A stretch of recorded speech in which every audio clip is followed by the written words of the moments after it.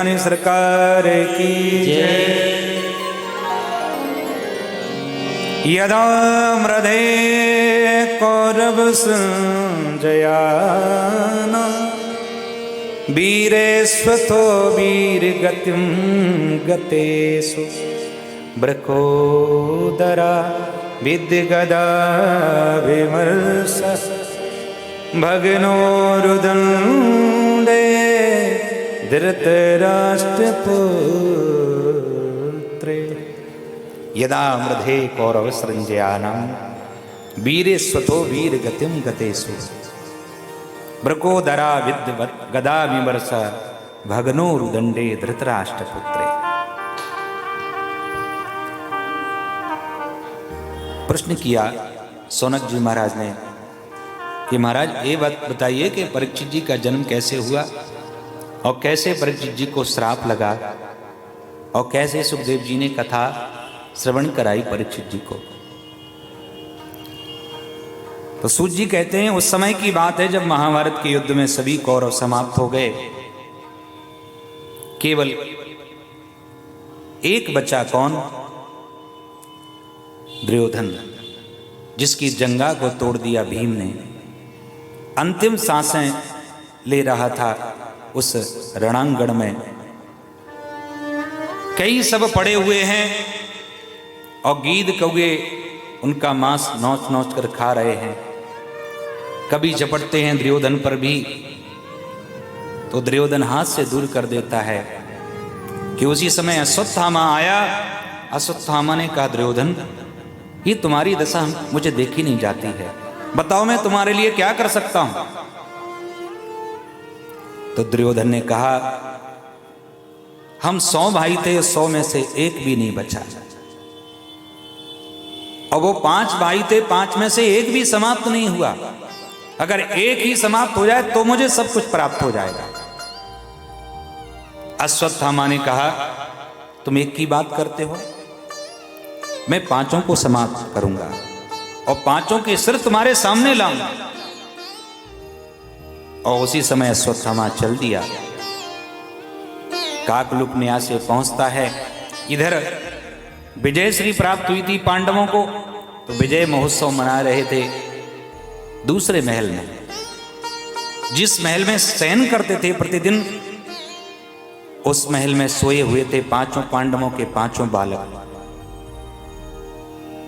इधर अश्वत्थामा पहुंचता है और यह 5 बालक हूबहू बिल्कुल 5 पांडवों जैसे ही लगते थे।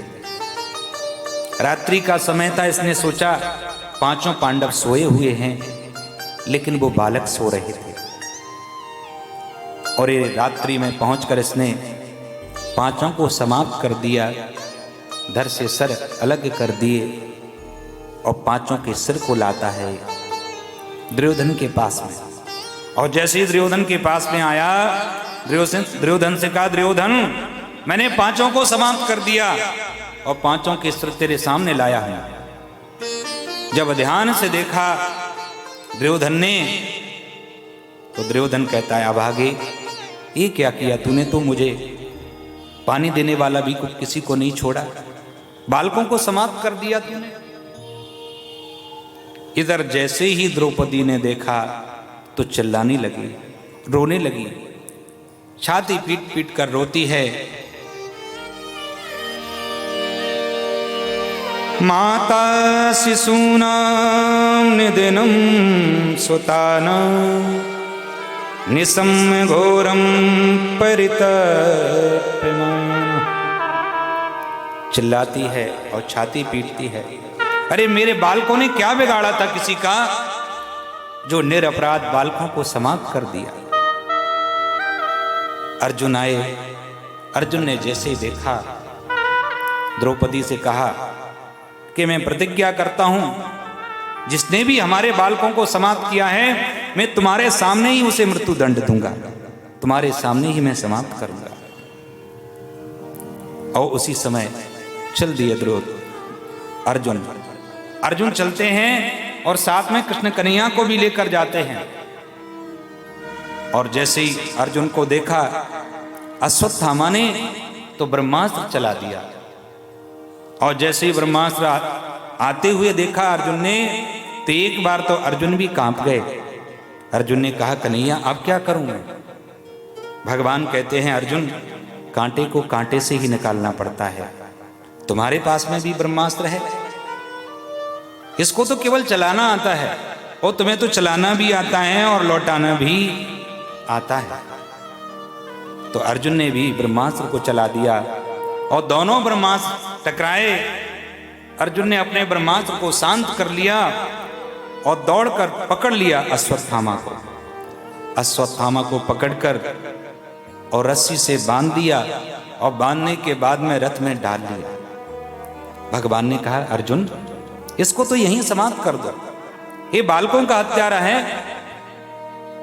अर्जुन ने कहा मैंने प्रतिज्ञा की है कि द्रौपदी के सामने ही इसे मृत्यु दंड दूंगा। भगवान ने कहा जैसी तुम्हारी इच्छा। और उसी समय रथ को दौड़ा दिया और जैसे ही द्रौपदी के सामने अश्वत्थामा को डाल दिया और जैसे ही द्रौपदी ने देखा अश्वत्थामा को, तो द्रौपदी एक ही बात कहती है, मुच्यता मुच्यता में सह ब्राह्मणो नितना। छोड़ दो इसे, छोड़ दो। सबसे पहले तो ये ब्राह्मण है और गुरुपुत्र है। गुरुपुत्र तो गुरु के समान नहीं होता है, इसलिए इसको छोड़ दो। अर्जुन ने कहा द्रौपदी तुम्हें पता नहीं है, इसने ही हमारे बालकों को समाप्त किया है और तुम कहती हैं इसे छोड़ दो।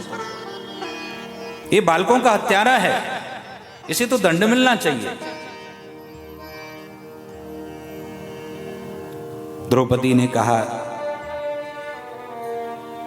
इसकी मां का अविलंब तो केवल एक बेटा ही है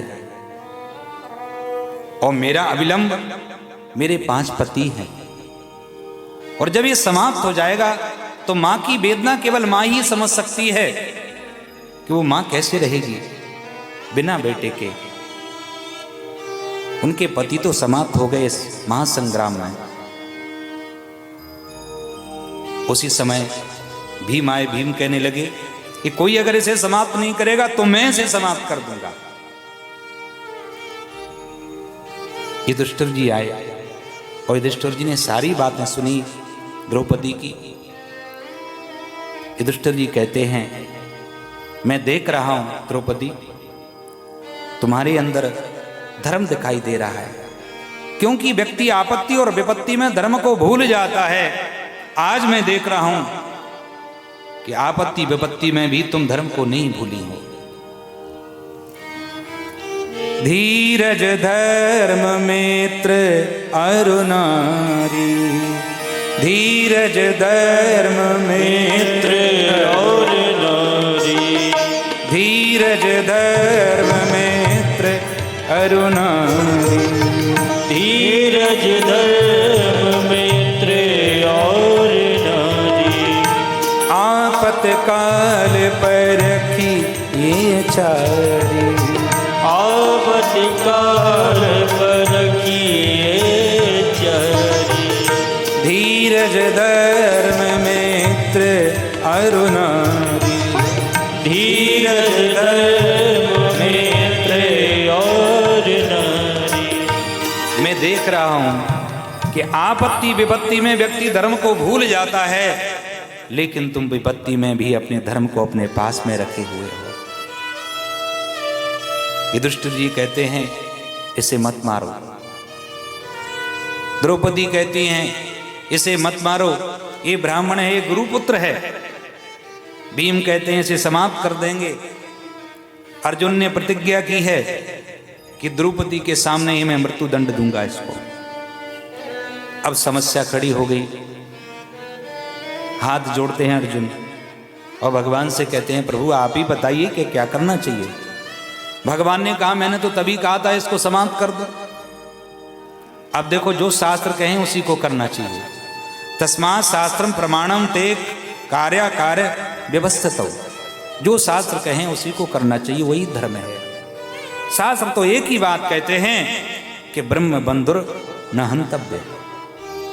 ब्राह्मण कैसा भी हो कैसा भी अधम ब्राह्मण हो उसको नहीं मारना चाहिए, और आतताई कैसा भी हो उसको छोड़ना नहीं चाहिए। अब दोनों बातें भगवान ने कह दी कि ब्राह्मण को मारना नहीं चाहिए और आतताई को छोड़ना नहीं चाहिए। जितने भगवान टेढ़े हैं उतनी ही टेढ़ी भाषा भी बोलते हैं। लेकिन देखिए, गीता का ज्ञान दिया है भगवान ने अर्जुन को, इस भाषा को भी समझते हैं अर्जुन कि मारना केवल उसी को नहीं कहते हैं कि कोई व्यक्ति किसी का गला काट दे तो वो समाप्त हो जाता है। मारना उसे भी कहते हैं कि जिसका समाज में सम्मान होता हो, और समाज में अगर उसका अपमान भी हो जाए तो वो मृत्यु के तुल्य ही माना जाता है। जिस व्यक्ति का समाज में सब लोग सम्मान करते हों और समाज में एक दिन उसका अपमान हो जाए तो वो व्यक्ति जीते जी ही मर गया, मरे के समान है वो व्यक्ति। अपमान हो गया उसका, वो मृत्यु के तुल्य ही है। एक बार क्या हुआ कि एक पंडित जी थे, थोड़ा बहुत पूजा पाठ करते, थोड़ा बहुत धन कमा लेते, खर्चा मुश्किल से चलता। तो एक चोरी करता था एक व्यक्ति। उसने कहा पंडित जी से, क्यों पूजा पाठ में पड़े रहते हो, अरे मेरे साथ में चला करो चोरी करने के लिए। और पंडित जी ने बात मान ली, चक्कर में पड़ गए उस चोर के, और एक दिन चोरी करने के लिए गए। और जिस दिन चोरी करने के लिए गए तो उस दिन वो चोर भी पकड़ा गया और पंडित जी भी पकड़े गए। राजा के सामने ले गए, कहा महाराज बताइए क्या दंड दें। राजा ने कहा ये चोर है, इसमें 4 कोड़े लगाए जाएं। और पंडित जी से कहा कि आप तो पंडित जी हैं, आप तो पूजा पाठ करते हैं, आपको ऐसा काम नहीं करना चाहिए, आपको शर्म नहीं आती है। और पंडित जी को ऐसे ही छोड़ दिया। मंत्री ने कहा कि महाराज आपने इस चोर को तो दंड दिया, इन पंडित जी को क्यों दंड नहीं दिया। राजा ने कहा इन पंडित जी का यही दंड है। जो सच्चा व्यक्ति होता है, जिसका समाज में सम्मान होता है, अगर समाज में अपमान हो जाए तो वो मृत्यु के तुल्य ही माना जाता है। और पंडित जी अपने घर नहीं पहुंच पाए, अपने प्राणों को त्याग दिया कि मैं समाज में क्या मुंह दिखाऊंगा, क्या सबके सामने मेरा अपमान हो गया।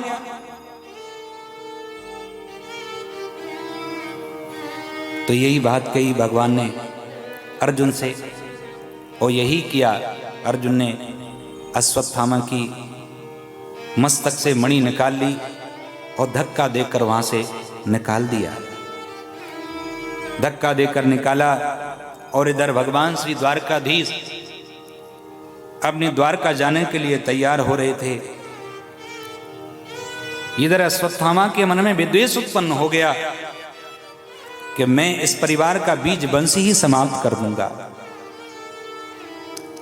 उत्तरा के पति अभिमन्यु तो समाप्त हो गए हैं, लेकिन उत्तरा के गर्भ में पल रहा है बीज वंश, उसको मैं समाप्त कर दूंगा। जो बालक उत्तरा के गर्भ में है मैं उसे नष्ट कर दूंगा। और इसने बाण चला दिया उत्तरा के गर्भ पर, उस बालक को समाप्त करने के लिए। और जैसे ही उत्तरा ने देखा उस बाण को आते हुए कि मेरे बीज वंश को नष्ट करेगा, ये बालक को नष्ट कर देगा, तो उसी समय उत्तरा चिल्लाने लगी और भगवान को पुकारने लगी। पाए पाए महायोगियों देव देव जगत पते, नान्यं तुदभयं पश्ये यत्र मृत्यु परस्परम। पायनाथ मेरी रक्षा करो प्रभु, मेरी रक्षा करो। भगवान का एक प्रण है, शक्रदेव प्रपन्नाय तवास्मीति च याचते। एक बार भी अगर भगवान से कह दिया भक्त ने तवास्मी, प्रभु मैं तो तुम्हारा हूं, आप सौंप दिया इस जीवन का सब भार तुम्हारे हाथों में। ऐसा व्यक्ति कह देता है, जब भक्त भगवान के चरणों में आश्रित हो जाता है तो भगवान अवश्य उसकी रक्षा करते हैं। और जैसे ही उत्तरा ने चरणों में प्रणाम किया, भगवान को बुलाया, तो भगवान ने कहा उत्तरा चिंता मत करो, केवल मेरा चिंतन करो, जरा मातृभाव लाओ। और जैसे ही उत्तरा मातृभाव लाई और उसी क्षण भगवान छोटे से बन गए और गर्भ में प्रविष्ट हो गए और गर्भगत शिशु की रक्षा की। और जैसे ही भगवान गर्भ में पहुंचते हैं तो अब तक उत्तरा के गर्भ में थे परीक्षित जी और भगवान भी पहुंच गए। भक्त भी उत्तरा के गर्भ में हैं और भगवान भी पहुंच गए। धन्य है उत्तरा का गर्भ जो भगवान का अयन बन गया।